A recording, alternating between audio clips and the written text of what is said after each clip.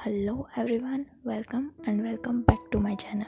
I hope you all are doing well and enjoy my fan fictions. So let's start our fan fiction journey. ये please let me die का 12th episode है. Previous part में हमने देखा था कि वांग जी ने डरा धमका कर विंग को ज़बरदस्ती खाना खिला दिया था और अब वांग जी चाहता था कि विंग उसे बेड पर सर्व करे. विंग ये सब नहीं चाहता था, पर ना चाहते हुए भी वो इन सब चीज़ों में कहीं ना कहीं इन्वॉल्व तो हो ही चुका था.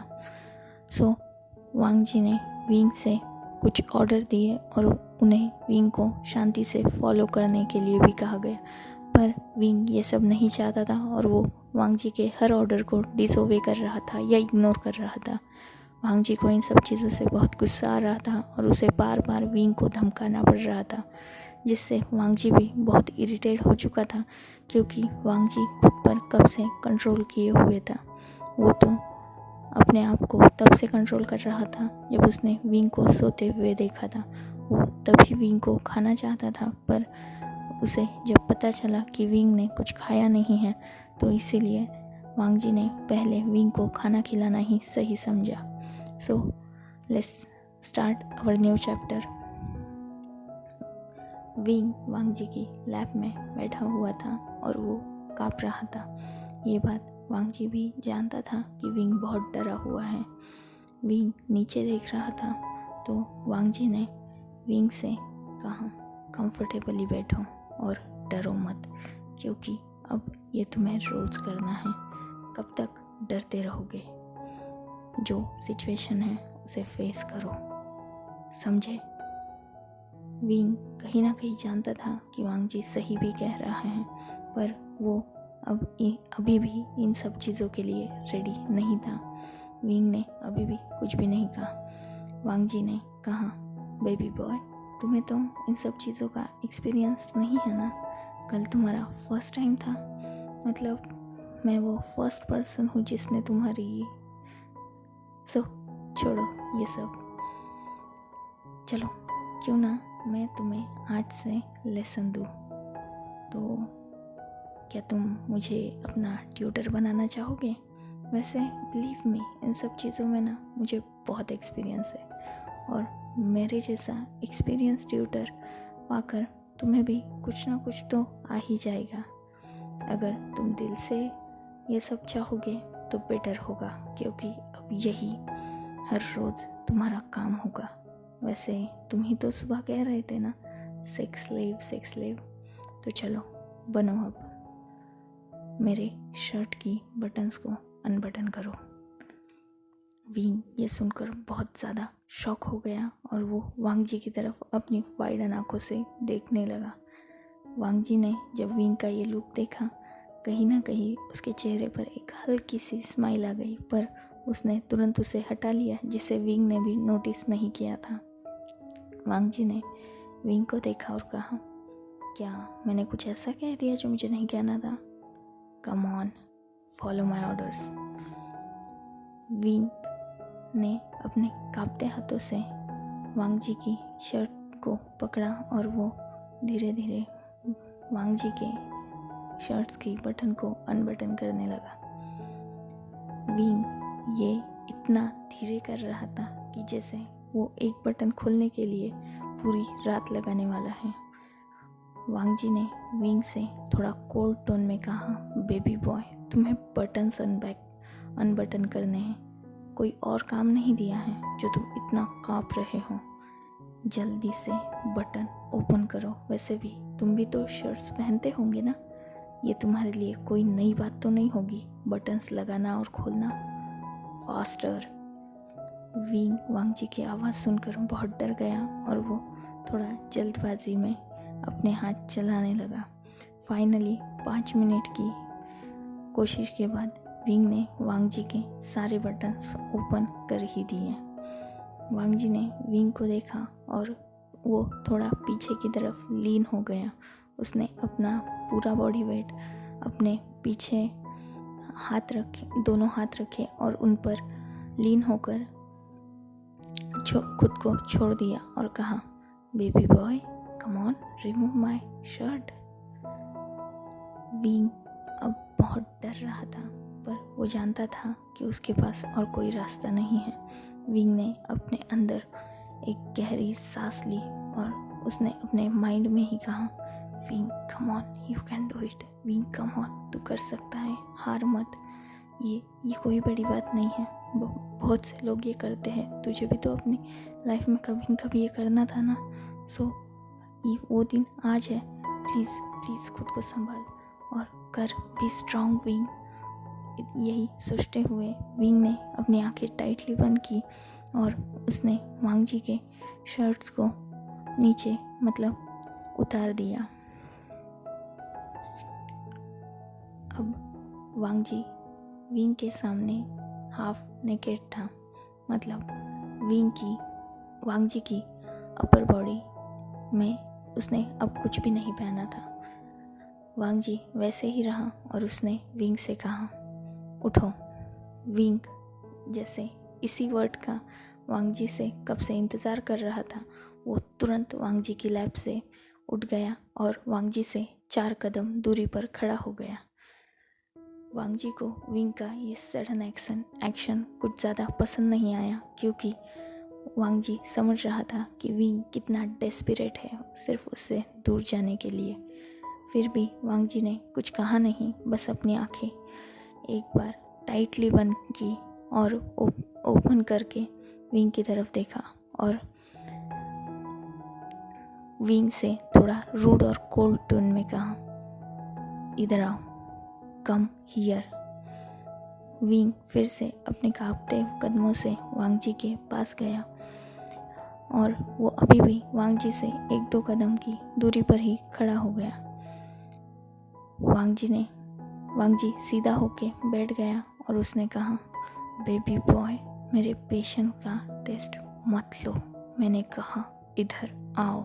अगर तुम चाहते हो कि मैं आगे का कदम ना उठाऊं, तो जैसा मैं बोल रहा हूँ वैसा करो। मुझे गुस्सा दिलाने का काम मत करो और मेरे पास आओ। विंग फिर से वांग जी के पास आ गया और वो वांग जी के थोड़ा करीब खड़ा हो गया। वांग जी भी अपनी जगह से खड़ा हो गया और उसने विंग से कहा, सिट डाउन। विंग बहुत डर गया था, पर फिर भी वो अपने घुटनों पर बैठ गया। वांग जी ने विंग से कहा, मुझे अनड्रेस करो। विंग ये सुनकर बहुत शॉक हो चुका था, क्योंकि विंग ये सब नहीं ही चाहता था। उसने वांग जी से तुरंत अपना सिर ना में हिलाकर जवाब दिया, पर उसने अपने मुंह से एक भी आवाज़ नहीं निकाली। वांग जी ने विंग से कहा, बेबी बॉय, क्या तुम और कुछ ज़्यादा हार्डर चाहते हो? देखो, मुझे मजबूर मत करो कि मैं तुम्हें पनिशमेंट दूँ, और मुझे ज़्यादा बात करने को मत लगाओ। जो मैं बोल रहा हूँ वो करो, नहीं तो बिलीव मी, तुम नहीं जानते मैं कौन हूँ। विंग बहुत डर गया और उसने धीरे धीरे वांग जी की बेल्ट को अनबकल किया।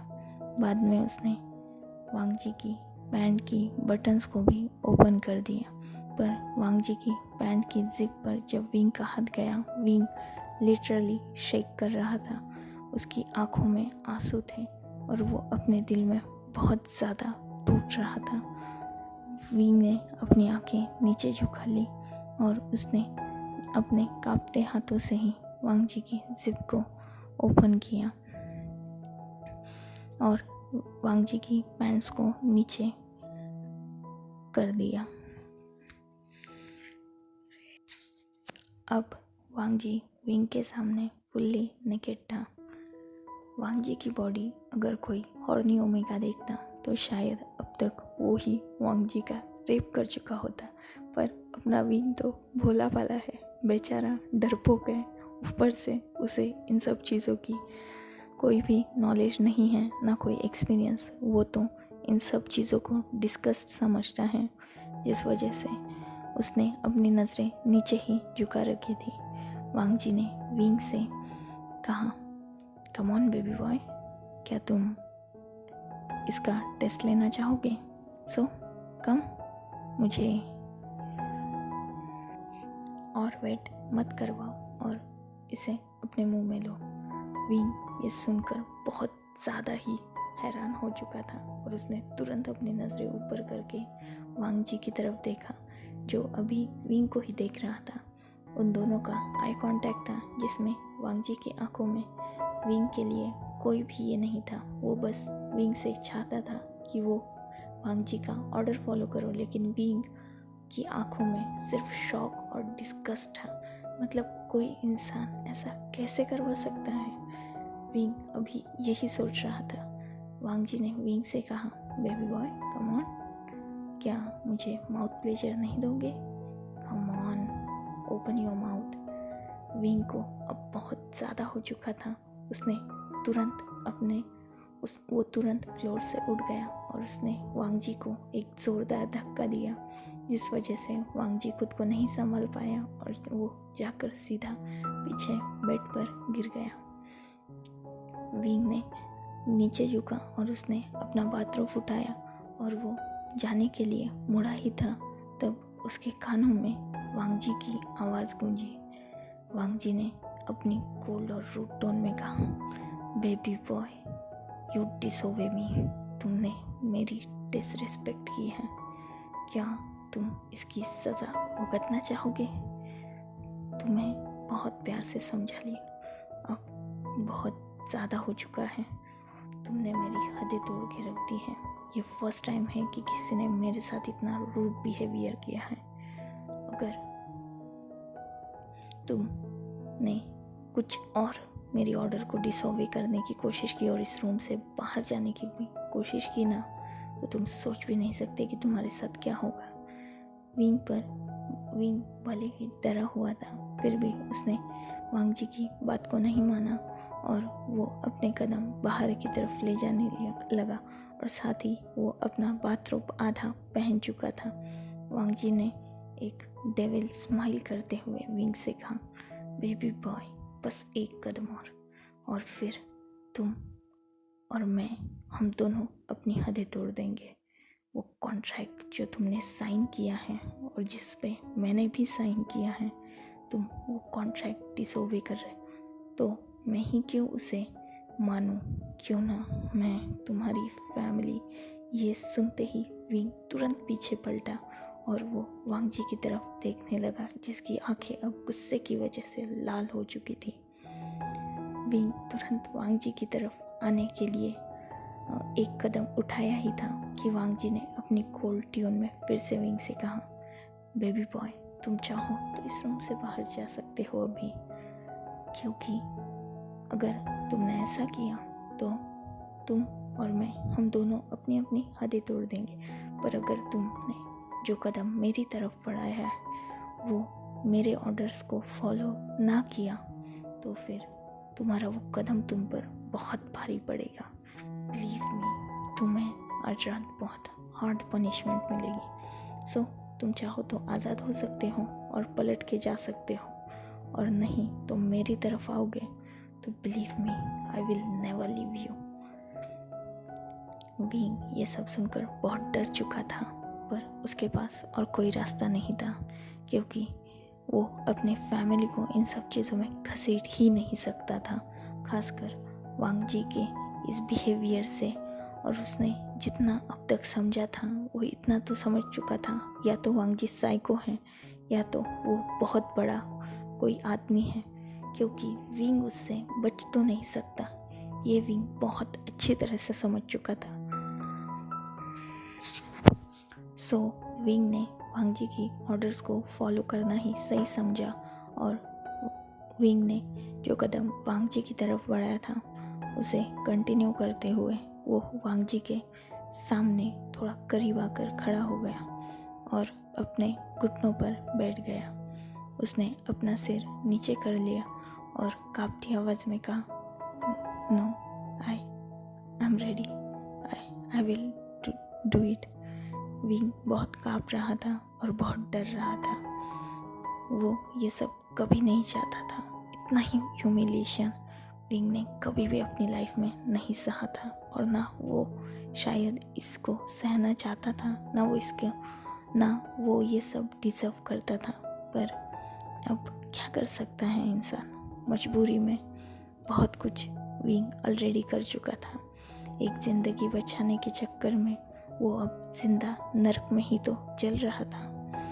वांग जी ने जब विंग से ये सुना, उसने एक स्मक किया और वो फिर से खड़ा हो गया और उसने विंग के बालों को पकड़ा, मतलब पीछे की तरफ से वांग जी के बालों को उसने टाइटली पकड़ा और उसका फेस अपने तरफ किया और उसने कहा, बेबी बॉय प्लीज़, क्या तुम चाहते हो कि मैं तुम पर हार्ड हूँ? ऐसा मत करो, समझो मुझे, मैं तुम्हें हर्ट नहीं करना चाहता हूँ। मैंने फर्स्ट टाइम तुम्हारे जितना ब्यूटीफुल ओमेगा देखा है। Just follow my order and believe me, तुम एक राजा की लाइफ जियोगे। और मैंने फर्स्ट टाइम किसी को प्लीज़ कहा है। सो इस हर प्लीज़ का मतलब सिर्फ और सिर्फ रिक्वेस्ट ही नहीं होती, कुछ का मतलब समझ गए या समझाओ। विंग बहुत डर चुका था, इसलिए उसने तुरंत अपनी आंखों को ब्लिंक किया, जिससे वांग जी समझ सके कि वो विंग की बातें समझ रहा है। विंग ने वांग जी का सिर, मतलब बालों पे से हाथ हटा लिया और वो विंग के सामने खड़ा हो गया और उसे कहा, क्या तुम्हें मुझे बताना होगा कि क्या करना है? अगर तुम चाहते हो कि मैं तुम्हें डायरेक्ट करूं तो आई एम रेडी, बट तुम्हें मेरे सारे ऑर्डर्स को फॉलो करना ही होगा। विंग ने फिर से नोट किया, वो अभी भी ग्राउंड की तरफ ही देख रहा था। वांग जी ने विंग से कहा, सो अपना माउथ ओपन करो। विंग ने कुछ नहीं कहा और उसने अपना माउथ ओपन कर दिया, पर वांग जी ये नहीं देख पाया क्योंकि विंग ग्राउंड की तरफ देख रहा था। वांग जी ने विंग से थोड़ा गुस्से वाली टोन में कहा, बेबी बॉय ऊपर देखो। विंग ने ऊपर थोड़ा अपना चेहरा ऊपर की तरफ किया और उसने अपना विंग का माउथ ऑलरेडी ओपन था। वांग जी ने विंग से कहा, good boy, now enter. Wing को कुछ ज़्यादा नहीं चाहता था, इसलिए उसने बस वांग जी की तरफ देखा। वांग जी ने विंग से कहा, इसे अपने मुंह में एंटर करो। विंग ने कुछ नहीं कहा, उसने अपनी दोनों आंखों को टाइटली बंद किया और अपनी दोनों मुट्ठियों को कस लिया और उसने वांग जी के लिटिल मेंबर को अपने माउथ में एंट्री दे दी, पर वो सिर्फ उसे शांति से पकड़ के बैठा था। वांग जी को इससे बहुत ज़्यादा गुस्सा और इरिटेशन हो रही थी। वांग जी को समझ में नहीं आ रहा था कि कोई इंसान इतना बेवकूफ़ कैसे हो सकता है। वांग जी ने अपने दांत पीसते हुए गुस्से में कहा, बेबी बॉय सक इट। विंग अब बहुत ज़्यादा ही डर चुका था, पर उसने कुछ भी नहीं किया, वो शांति से वैसे ही बैठा रहा। वांग जी ने अब अपना एक हाथ विंग के हेड के पीछे लेके गया और उसने फिर से विंग के बालों को टाइटली ग्रैब कर लिया और वो खुद विंग अपने लिटिल मेंबर को विंग के माउथ में इन एंड आउट करने लगा। विंग को बहुत ज़्यादा परेशानी हो रही थी और उसे ये बहुत ही ज़्यादा डिस्गस्टिंग लग रहा था। विंग का अगर बस चलता तो वो अभी के अभी वांग जी के उस बेचारे लिटिल मेंबर को काट डालता और यहाँ से भाग जाता, ऊपर से वांग जी को टपका कर निकल जाता, पर वो अभी ऐसा कुछ नहीं कर रहा था सिवाय अपनी मुट्ठियों को कसने के। वांग जी विंग से कुछ ज़्यादा एक्सपेक्ट भी नहीं कर रहा था, क्योंकि विंग के मूवमेंट से वांग जी समझ चुका था कि ये बिल्कुल गधा है इन सब चीज़ों में। सो उसने खुद ही अपने आप को मूव किया और उसने विंग के हेयर्स को टाइटली ग्रैब कर रखा था। विंग कुछ मूवमेंट तो नहीं कर पा रहा था, पर वांग जी ऑलरेडी बहुत हार्ड हो चुका था, जिस वजह से 15-20 मिनट के अंदर ही वांग जी ने विंग के मुंह के अंदर ही अपना वार्म लिक्विड रिलीज़ कर दिया। विंग ने तुरंत वांग जी को अपने आपसे दूर ढकेला और वो सब थूकने ही वाला था कि वांग जी की कोल्ड ट्यून उसकी कानों में आई। वांग जी ने अपनी कोल्ड ट्यून में कहा, गर्लफिट। विंग अब बहुत ज़्यादा गुस्सा हो चुका था और उसने बिना वांग जी के ऑर्डर को ओबे किए वो सीधा थूक दिया और वो खांसने लगा। विंग को अभी ऐसा लग रहा था कि काश कोई ब्रश ला के दे और वो अपना पूरा माउथ क्लीन कर दे, पर विंग को ये सब करने का चांस ही नहीं मिला क्योंकि वांग जी ने विंग के हेयर्स को टाइटली ग्रैब किया और उसे बेड पर फेंक दिया और खुद उसके ऊपर आ गया। वांग जी ने अपने दांत पीसते हुए विंग से कहा, विंग की चिन को पकड़ा और उसे गुस्से में कहा, तुम्हें बहुत शौक है ना मेरी ऑर्डर्स को डिसोबे करने का। नाउ अब तुम्हारे साथ जो भी होगा इसका पूरा क्रेडिट सिर्फ तुम्हें मिलता है।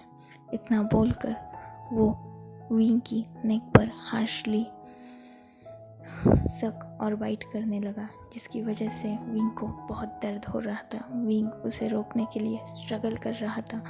तभी वांग जी की एक कोल्ड ट्यून उसके कानों में गिरी।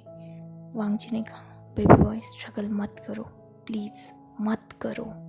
मुझे जो करना है वो करने दो और मुझे सेटिस्फाइड करो, क्योंकि यही आज से तुम्हारा काम है।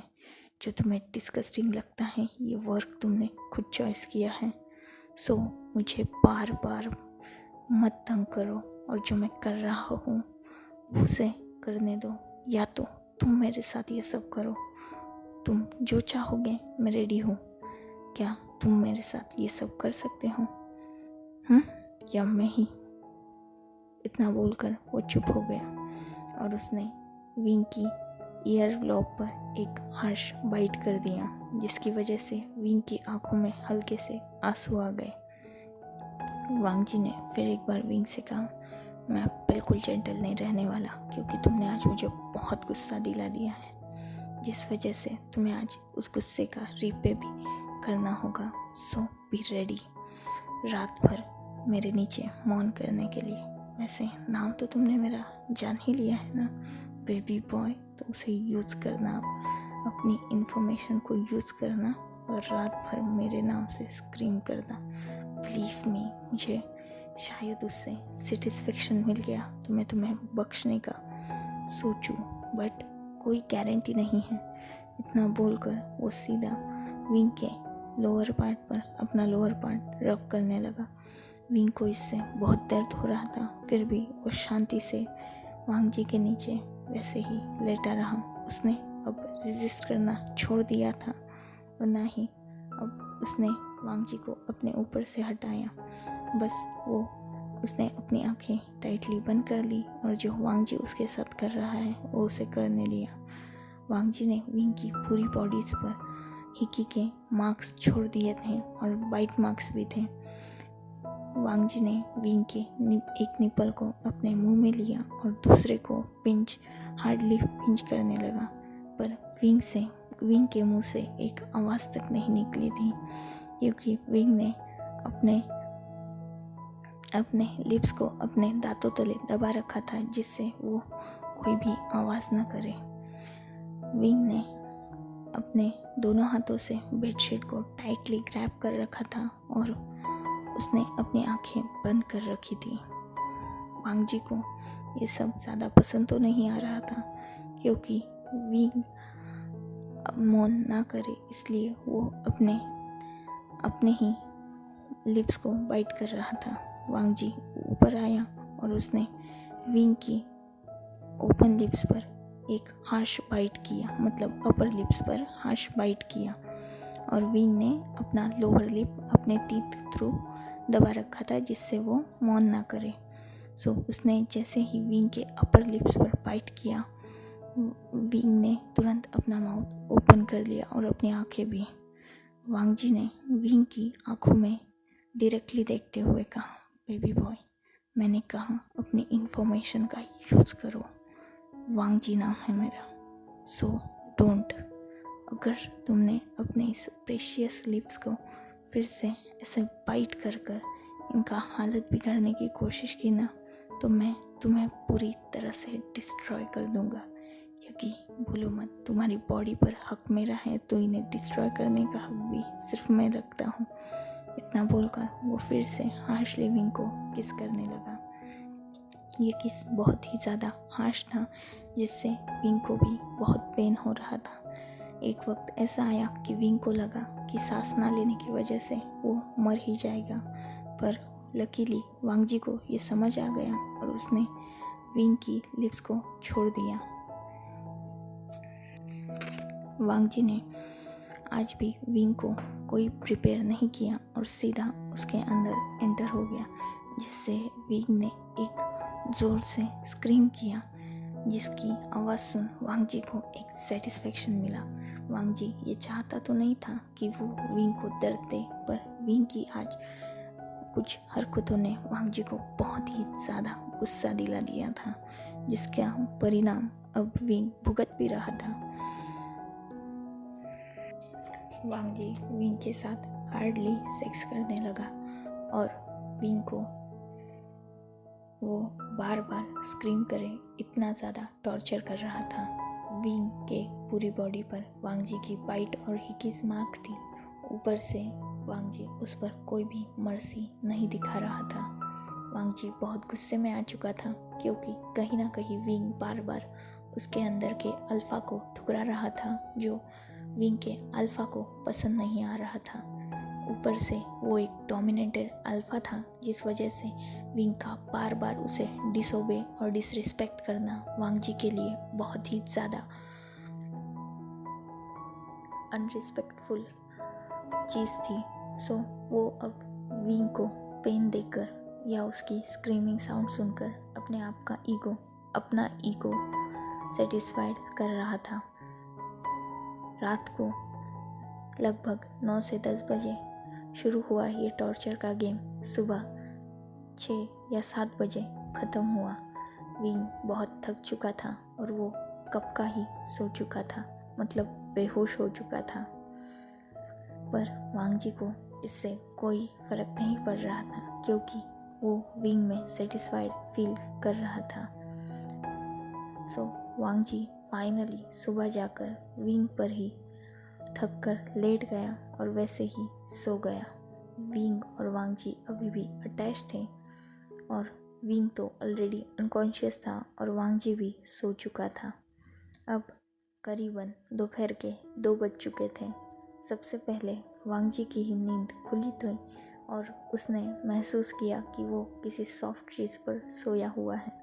उसने अपनी आंखें खोली और देखा कि वो अभी भी विंग के ऊपर ही है। वो हल्का सा उठा और उसने विंग को देखा, जो वांगजी के नीचे पूरी तरह से मैस हो चुका था। उसकी आंखें सोलन थी, जो बंद होने के बावजूद भी उन पर कुछ आंसुओं के निशान थे। उसके लिप्स पर वांगजी के बाइट के मार्क्स थे और विंग की पूरी अपर बॉडी पर वांगजी के हिकीज, बाइट मार्क्स और सकिंग मार्क्स थे, जो वांगजी को क्लियरली विजिबल थे। वांगजी बहुत सेटिस्फाइड फील कर रहा था और वो विंग को ऐसे दोपहर को देखकर फिर से एक्साइटेड हो चुका था। पर वांगजी जानता था कि उसने रात को विंग को बहुत ज़्यादा ही टॉर्चर किया है, जिस वजह से उसने विंग को छोड़ देना ही अभी सही समझा, क्योंकि वो विंग को इससे ज़्यादा हर्ट नहीं करना चाहता था। कुछ भी हो, वांगजी था तो एक इंसान ही ना। भले ही विंग के लिए उसके दिल में कोई फीलिंग्स ना हो, पर फिर भी इंसान के दर्द का, या यूँ कहें बाकी इंसानों के नहीं, लेकिन विंग के दर्द का कहीं न कहीं उसे एहसास था। उसने विंग की आंखों में आने के बाद, मतलब जब से वांगजी उससे मिला था, सिर्फ पेन ही देखा था। कुछ तो उन आँखों में खालीपन था, पर वांगजी इन सब चीज़ों को इग्नोर ही कर रहा था। सो उसने सोचा कि वो अब विंग के साथ कुछ नहीं करेगा, और वो जैसे ही विंग की ऊपर से हटने लगा, तब उसने महसूस किया कि वो अभी भी विंग के अंदर ही है। उसने धीरे धीरे खुद को बाहर निकाला, पर जिससे विंग की भी हल्की सी नींद खुल गई। पर विंग इतना थका हुआ था कि उसने अपनी तुरंत आंखें बंद कर ली और वो करवट लेकर सो गया। वांगजी भी विंग के ऊपर से हटा और उसने खुद को फ्रेश करने के लिए वो वॉशरूम में चला गया। कुछ 10-15 मिनट बाद वांगजी ऑलरेडी एक्साइटेड था, जिस वजह से उसने एक कोल्ड शावर लिया और करीबन 1 घंटे के बाद वो बाहर आया। उसने देखा कि विंग अभी भी पीसफुली सो रहा है। वो विंग के पास गया और उसने विंग को हल्के से उठाने की कोशिश करने लगा। विंग भी अब थोड़ी थोड़ी अपनी कॉन्शियसनेस गेन कर चुका था, जिस वजह से वांगजी के उठाने पर वो उठ गया। So enough for today. Let's take a break. Next chapter in next video. Sorry guys, मुझे आप लोगों से कुछ बात करनी है। एक्चुअली मेरी एक सब्सक्राइबर चाहती है कि मैं एक वन शॉट FF शेयर करूं। एक्चुअली मेरे पास भी एक स्टोरी है, बट जैसा आप चाहते हैं, मैं अब आज का ही वीडियो शायद सबसे लॉन्ग वीडियो है, सो मैं कोशिश कर रही हूँ। तो क्या आप चाहते हैं कि मैं वन शॉट FF इस FF के साथ शेयर करूं या फिर मैं यही FF कंप्लीट करूं? एक्चुअली ये FF अगर मैं ऐसे ही 30 और 40 मिनट्स के पार्ट बनाती रही तो कुछ 10 या 12 पार्ट में ख़त्म हो जाएगा, या शायद थोड़ा लंबा चलेगा, क्योंकि इस FF में बहुत ज़्यादा ही ट्विस्ट एंड टर्न्स हैं। सो आप क्या चाहते हैं मुझे बता दीजिएगा comments through. And if you like my explanation, like, comment and subscribe my channel and thanks for your support। मैं बहुत खुश हूँ कि आपने बहुत कम वक्त में मुझे बहुत ज़्यादा ही सपोर्ट किया है। So I am happy. Thank you. Goodbye. Take care. Enjoy your beautiful life.